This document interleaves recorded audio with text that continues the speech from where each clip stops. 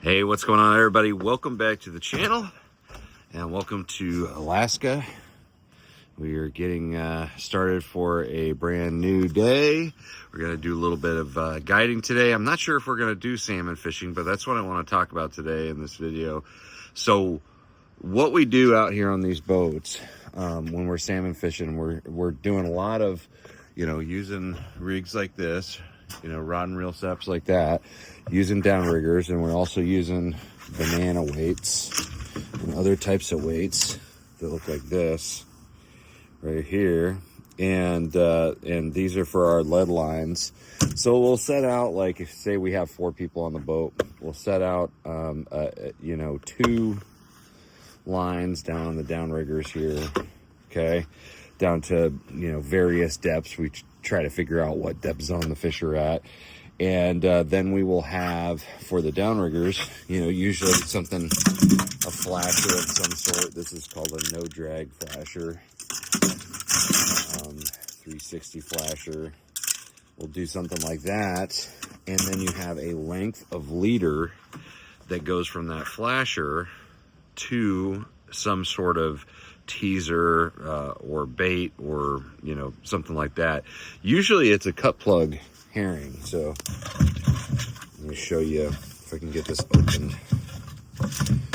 So what I mean by cut plug, so that's a cut plug right there. So you cut it at an angle like that, so it actually spins behind that flasher, and that's one of the more common ways. You could do it full herring.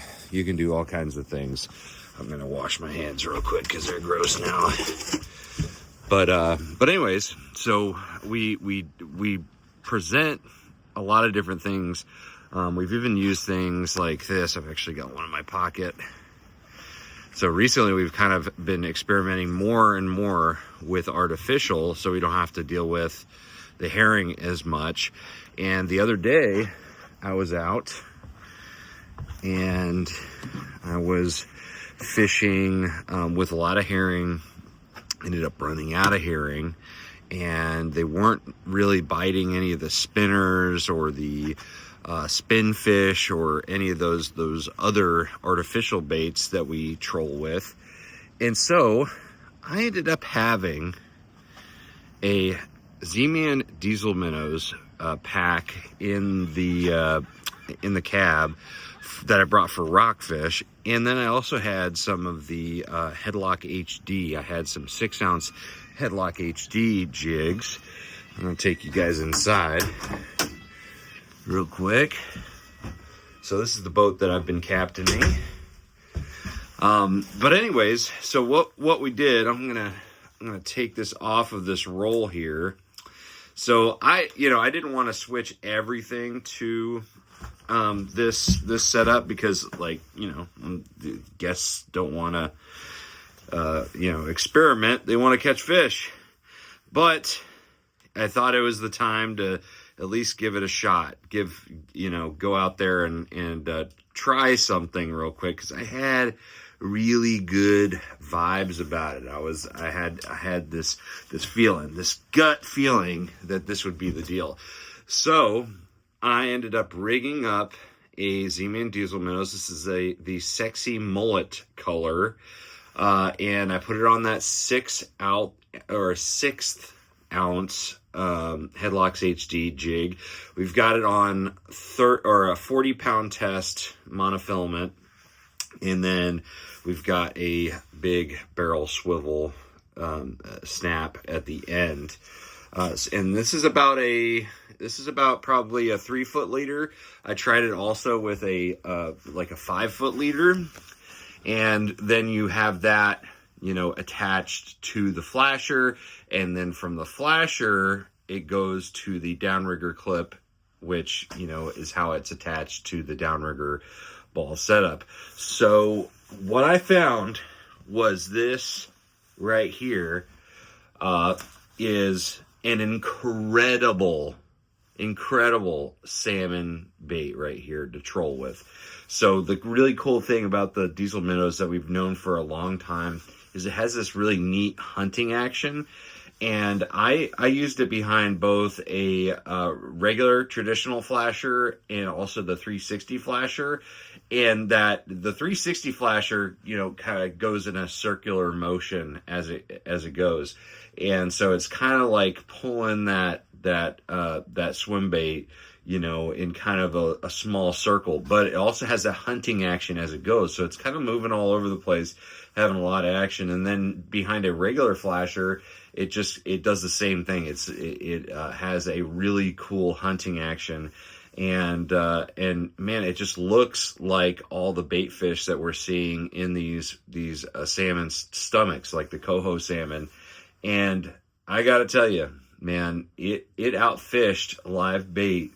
It was like I'll throw this out there too. I've only been using it for the last week, but this week it has outfished everything else that we put down on the downriggers. We haven't put it on the lead lines yet, but as far as downriggers go, like, this has been the go-to. And I also feel like it has a really good landing percentage. It hooks them, you know, right in the mouth every single time. And, you know, you'll see the downrigger sometimes go down and, you know, just kind of bump, and, you know, then there won't be anything. And usually with live bait, you know, there's a high likelihood that the bait is off, you know, at that point. But with this, you know, and I do put a little bit of super glue on there so it like stays, you know, firmly on there. With this, you know that it's still there, so you don't have to worry about, you know, bringing up the downriggers, rebaiting, or any of that stuff. I don't have to worry that the tail is gone or anything like that, because it's a Laztec. So it is a super, super efficient way to catch these fish. And yeah, the first day that we put it on, it was actually the end of the day. Like I said, we ran out of bait. So this was kind of like a Hail Mary experiment. We ended up catching, you know, we had kind of a lull before that. And then we ended up catching a bunch of fish, caught 2 silvers right off the bat. Then we caught a really bright chum. And so we ended up catching, you know, this was the end of the day. So it was like, you know, right before we had to go in, and I think in 30 minutes we caught 4 really, really solid fish. And then the following day I went out and I actually put the swim bait on 2 downriggers, immediately started catching fish.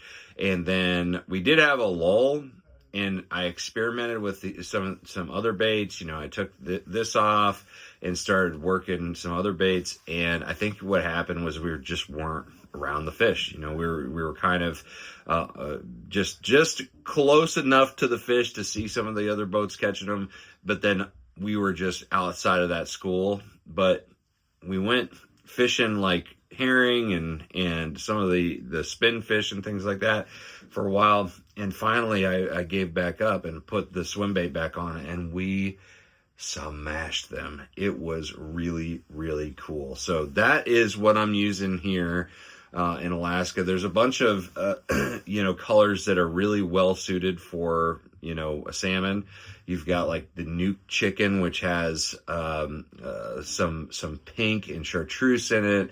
There's all kinds of different colors. Even the Cisco Disco, or the Disco Cisco, is one that I really, really want to try. But to me, I really feel like this is an underutilized category of bait in trolling for salmon.